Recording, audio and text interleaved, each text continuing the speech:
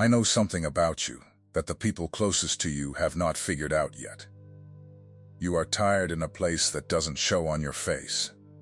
You've learned how to say "I'm doing good" in the checkout line, in a voice that sounds convincing, and then sit in the parking lot for 11 minutes before you turn the key. You are not falling apart. You are doing something harder than falling apart. You are holding. And holding is heavier because nobody claps for it, and nobody notices it, and there's no end date printed anywhere on it. And lately, something has changed. Not the pressure has been there for a while. What changed is the shape of it. It got narrower. It stopped being general and started being specific. It started touching the one thing you thought was off limits, and a thought has been circling you for weeks now. Quiet, in the back of your head. And it sounds like this: if this is what obedience gets me, maybe I misread the whole thing. Stay with me. Because that thought did not come from God, and it did not come from you either. My name is George. I write and I speak for people who are carrying something they can't fully explain to the people they live with. And I need to tell you where you actually are, because the position you're in has a name, and the name is not failure. You are in the final phase. And the final phase does not feel like arrival. It feels like the exact opposite of arrival. That's not a flaw in your faith. That's the design. And the design has a purpose, and the purpose is being aimed at you right now. And there is one mistake, one that can cost you what you have already paid for. Let me show you the picture God gave me for this. And then I'm going to show you 3 men in Scripture standing exactly where you're standing. Up north, on the water systems that move freight between the big lakes and the rivers, there are places where the water on one side sits far below the water on the other side. A boat can't climb water. So they built chambers. A lock. The boat pulls into a stone chamber that's barely wider than the hull. And then behind it, the gate closes. It closes hard. Steel on stone. And now that boat is in the smallest, tightest, darkest place it has been on the entire journey. Walls on both sides. Sky above. Nothing moving. Then the water starts coming in. And I want you to understand what that feels like from inside the chamber. Because that's where you are. From inside, it does not feel like progress. It feels like flooding. The walls are wet and green and close enough to touch. The water is rising and there is no visible exit. And the gate you came through is sealed behind you. And the gate in front of you has not moved a fraction of an inch. If you didn't know how a lock works, you'd swear you were being drowned on purpose. But that rising water is not drowning you. That rising water is the only thing on earth that can lift you to the level of where you're going. The pressure is elevation. The confinement is the mechanism. And the front gate is not going to open 1 second before the water inside. That chamber matches the water on the other side. Not because God is stingy with the gate. Because a gate that opens early doesn't release you, it empties you back down to the level you came from. And it takes the boat with it. Now here's the critical mistake. And I need you to hear this plainly. Because this is the whole reason this message found you. The mistake is not doubting. The mistake is not crying. The mistake is not being angry at God in the middle of the night in a bathroom with the fan on so nobody hears you. God has handled all of that from far better men than us. The mistake is trying to climb out of the chamber while the water is still rising. It's reaching for the old rope. It's calling the number you deleted. It's taking the thing back that God took out of your hands. It's forcing a door open with your own shoulder. Because you cannot stand one more week of the not knowing. That is the mistake. And the tragedy of it, the thing that makes me want to reach through this screen and grab you by both arms, is that it never happens at the beginning. Nobody quits at the beginning. The beginning has adrenaline in it. People quit in the last stretch, when the water is at their chest, 3 feet from the top, when the gate is about to move. That's why the enemy waits. He is not interested in you at mile 1. He shows up at the last mile with a very reasonable voice and a very reasonable offer. Think about Joseph for a second. Everybody knows the coat, and everybody knows the palace. Almost nobody sits in the middle with him. He is in a prison in Egypt, not a cell like we picture a holding pit, hot, loud, run by a captain of the guard. He's been accused of something he did not do by a woman whose husband owns him. There is no lawyer. There is no appeal. And in that pit he does something that tells you everything about him. He keeps working. He interprets 2 dreams for 2 men who have no power to help him except one, the cupbearer, who is going back to the table of Pharaoh. And Joseph says one small human sentence. The only time in the whole account he asks anybody for anything. Remember me. The cupbearer walks out. And Scripture says he did not remember Joseph. He forgot him. 2 more years. I want that to land, because we read it in half a second. 2 more years. 730 mornings of waking up in a pit, knowing that the one man who could have said your name to the king walked out into daylight and forgot you existed. That's not the beginning of Joseph's test. That's the final phase of it. The dream was 13 years old at that point. The man was 30, and the appointment with Pharaoh was sitting there, already scheduled in heaven, waiting on a dream Pharaoh had not dreamed yet. Here's what I need you to see. From inside the pit, the forgetting looked like the last door closing. It was actually the timer running out. And Joseph made no attempt to climb the wall. He didn't scheme.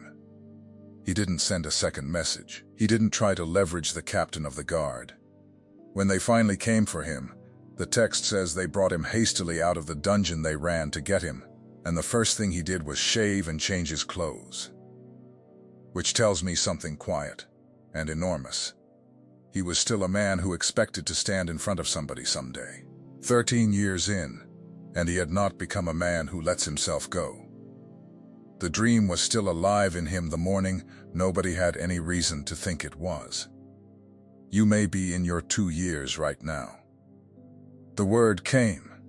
The confirmation came. And then came the silence. And inside the silence came the forgetting people who said they'd call. Doors that were supposed to open in the spring. The friend who was going to make the introduction. And you have started to wonder whether the whole thing was your own imagination wearing God's voice. It was not your imagination. The cupbearer forgot. Pharaoh had not dreamed yet. Now let me take you somewhere that hurts more.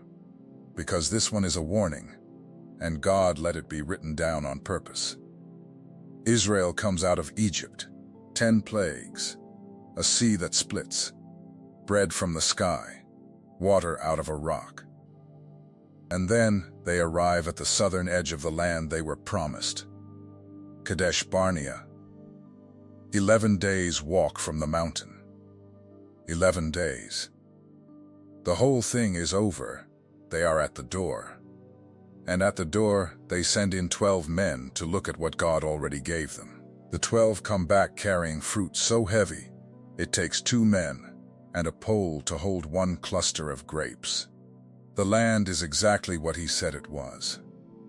And 10 of those men say a sentence that has echoed through every generation since. We were in our own sight as grasshoppers. And so we were in their sight. Notice the order.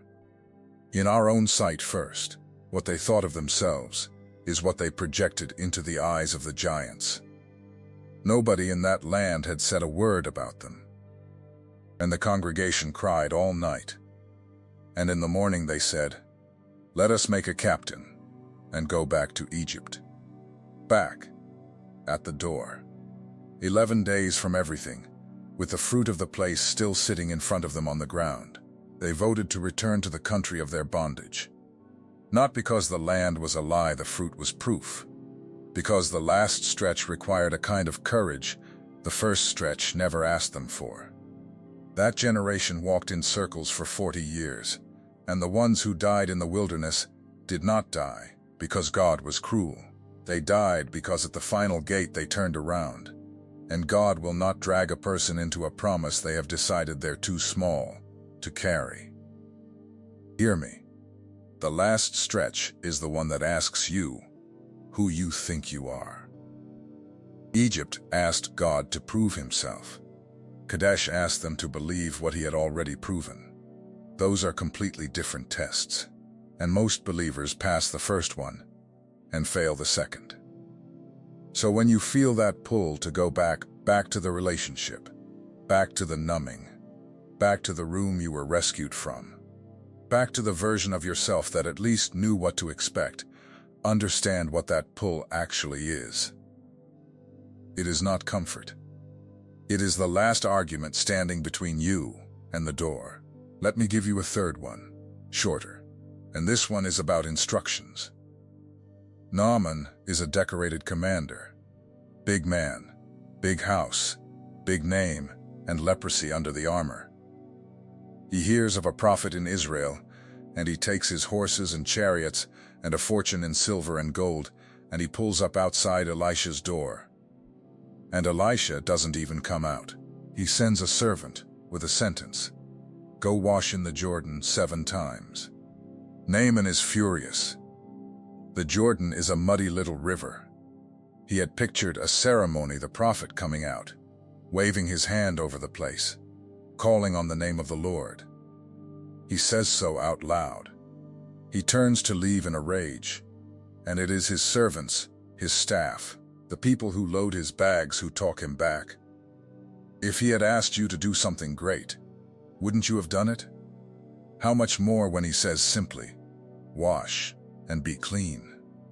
So he goes down. And here's the part I want you to sit inside. He dips once. Nothing. Twice. Nothing. 3 times. 4, 5.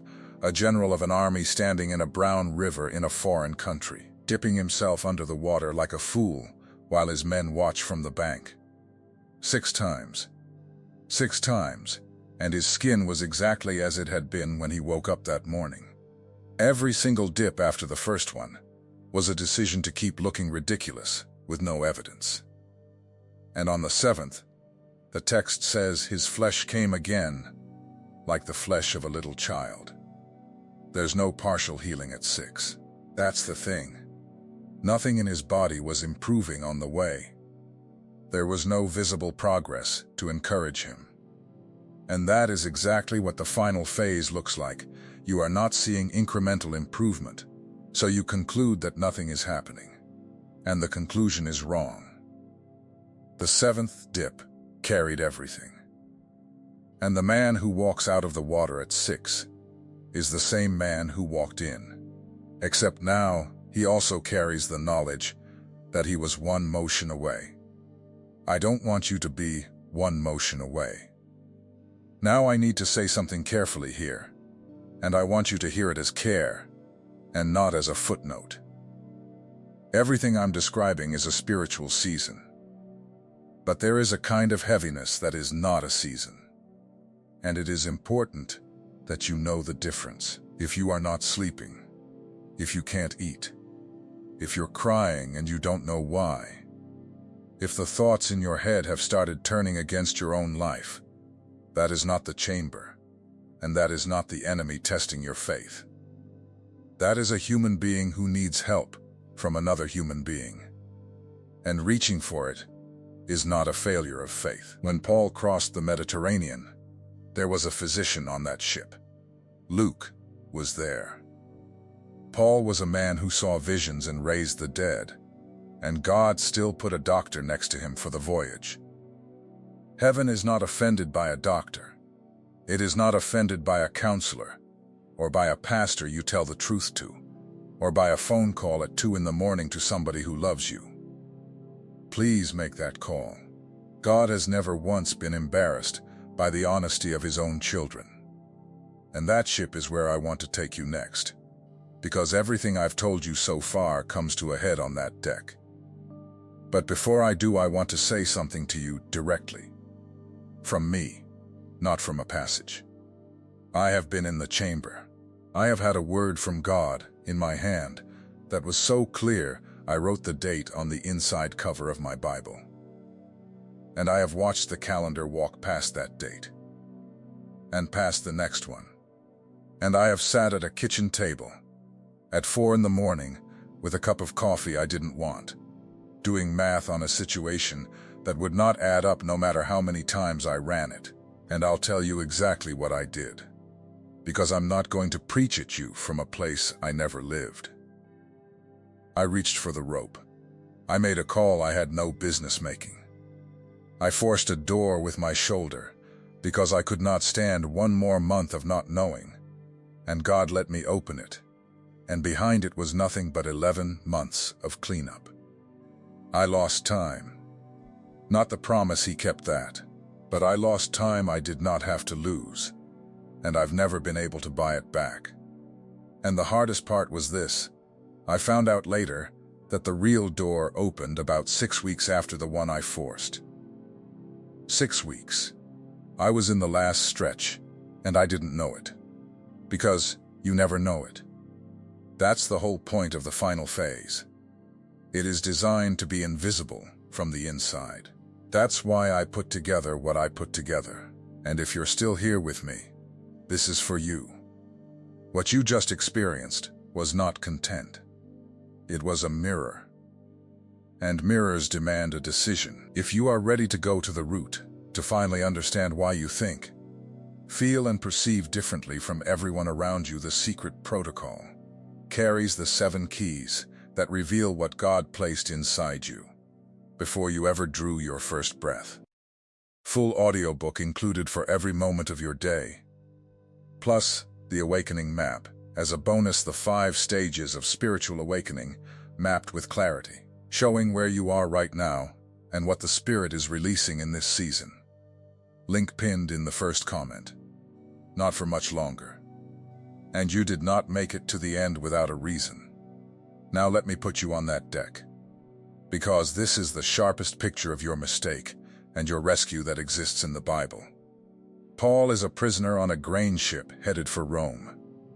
He warned them not to sail. They sailed anyway, because a soft wind came up, and a soft wind always looks like confirmation. Then the wind turned.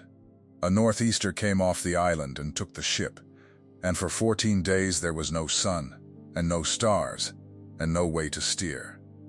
They threw the cargo over. Then they threw the ship's tackle over with their own hands, the gear that made it a working ship, gone into the water. And the text says all hope that they should be saved was then taken away. That is the final phase in one sentence. Not the storm. The part after the cargo is gone, and the tools are gone, and hope is gone. And in the middle of that, an angel stands by Paul in the night and tells him, "You will stand before Caesar, and God has given you every soul that sails with you." Not one life lost. Only the ship. 14 nights in, the sailors start taking soundings. 20 fathoms, then 15. The water is getting shallow. Land is close, they can't see it, but they can hear it. That low grinding sound of surf on rock, somewhere out in the black. And this is the moment. This is the exact moment I've been walking you toward. The sailors let down the lifeboat. They pretended they were setting anchors from the front of the ship, but what they were actually doing was getting into the small boat and getting off the big one. And understand, these were the professionals, the crew, the men who knew the sea better than anyone on board. Their instinct was not stupid. It was expert. It was the most reasonable move available. The ship is finished. Land is near. Take the small boat and save yourself. And Paul, a prisoner, in chains, with no rank on that vessel, says to the centurion, "Except these abide in the ship, ye cannot be saved." Then the soldiers cut the ropes and let the lifeboat fall away into the dark. Think about that for a second. They cut loose the one thing that looked like an escape. In a storm. At night. With the ship breaking. They deliberately destroyed their own backup plan, on the word of a man who had told them, and they watched their alternative drift off into water they could not see. That's the decision in front of you. Right now. In this season. Because your lifeboat is not evil. That's what makes it dangerous. Your lifeboat is reasonable. It's the job that pays a little less, but ends the uncertainty. It's the relationship you know is beneath what God said. But at least it's warm, and at least it's now. It's moving back to the town you were called out of. It's the small compromise that nobody would even call a compromise. Everybody would understand it. Every expert on the deck would get in that boat with you. And it will take you exactly as far as a rowboat goes in a storm. There's a man in Ohio I think about. Works nights in a warehouse outside Toledo, running a forklift on the 10 to 6 shift. He prayed 4 years about a change, and God gave him a clear word about it. And then nothing happened for so long that he stopped telling his wife when he prayed about it, because he was tired of the look on her face. His lifeboat was never quitting his job. His lifeboat was quitting on the word, deciding, quietly, without announcing it to anybody, that he had made the whole thing up. That's the version most believers reach for. It's not dramatic. There's no scandal. You just take the promise off the wall and put it in a drawer and start calling yourself realistic. Here's what happened on the ship that stayed. As dawn came up, Paul told them all to eat. 14 days without a proper meal. And he took bread and gave thanks to God in front of all of them, a prisoner, saying grace over bread, in front of soldiers, in a storm, and he broke it, and began to eat. And the text says, then were they all of good cheer. And they also took some meat. 276 people ate breakfast on a sinking ship, because one man refused to get into the lifeboat. The ship ran aground. The stern broke apart under the force of the waves. Everything they owned was gone. And every single person came through to land. Some swimming, some on boards, some holding broken pieces of the ship itself. Read that again. They were saved by the broken pieces. The parts of the ship that came apart in the surf are what carried them in. Nothing in your life that God has allowed to break is wasted. He knows how to float a person to shore on the wreckage of what they thought they needed. And this is where I have to say the hard thing about the last stretch. Some of what you're losing right now, you are not going to get back in the same shape. The cargo went over. The tackle went over. The ship itself came apart on a sandbar. But every soul arrived. What God protected on that voyage was not the vessel. It was the people. You may be watching a version of your life come apart that you spent years building. That does not mean you are lost. It means the vessel was never the promise. You are the promise. And when your feet finally hit that beach, you're going to look back at what carried you and realize it was made of the very things that broke. There were 4 men outside the gate of Samaria, once lepers, sitting in the dirt in a famine, and the city behind them had nothing, and the enemy camp in front of them was death. And they said to each other, "Why sit we here until we die?" And they got up at twilight and walked toward the camp, and God had already emptied it. The enemy had heard the sound of an army and fled hours before, leaving tents full of silver and food. Those 4 men walked into abundance that had been sitting there waiting for them, and it had been waiting there before they ever stood up. The provision was already in place before the walk. It is almost always already in place. The final phase is not God preparing your answer. It's God finishing you for it. So let me ask you to do something for me before you go, and I want it specific, because I read these in the comments. Put the number of months you have been in this chamber, however long it's been, since the last clear thing God said to you and today. Just the number. And then one sentence. The thing you almost went back for. Not what you're praying for. The rope. The one you almost grabbed. Like this 19 months. I almost called him. Or 4 years. I almost moved back home. I'm asking because there is somebody scrolling past tonight, at 2 in the morning, who thinks they're the only one who ever got this close and considered turning around. Your one sentence is going to keep them in the ship. And if you cut yours already, if you're sitting there tonight, watching your lifeboat drift off into the dark, with your name still on it, I want you to know what the crew of that grain ship found out at daybreak. Nobody went looking for the boat. When the sun finally came up on that water, not one man on that deck was scanning the horizon for the little vessel they'd let go of in the night. They were too busy counting each other. 276. Every name. Not one missing. The thing they cut loose in the dark turned out to be the only thing they didn't need. Cut it while it's still dark. You'll do the counting in the morning. And remember, everything I spoke about goes deeper inside the secret protocol.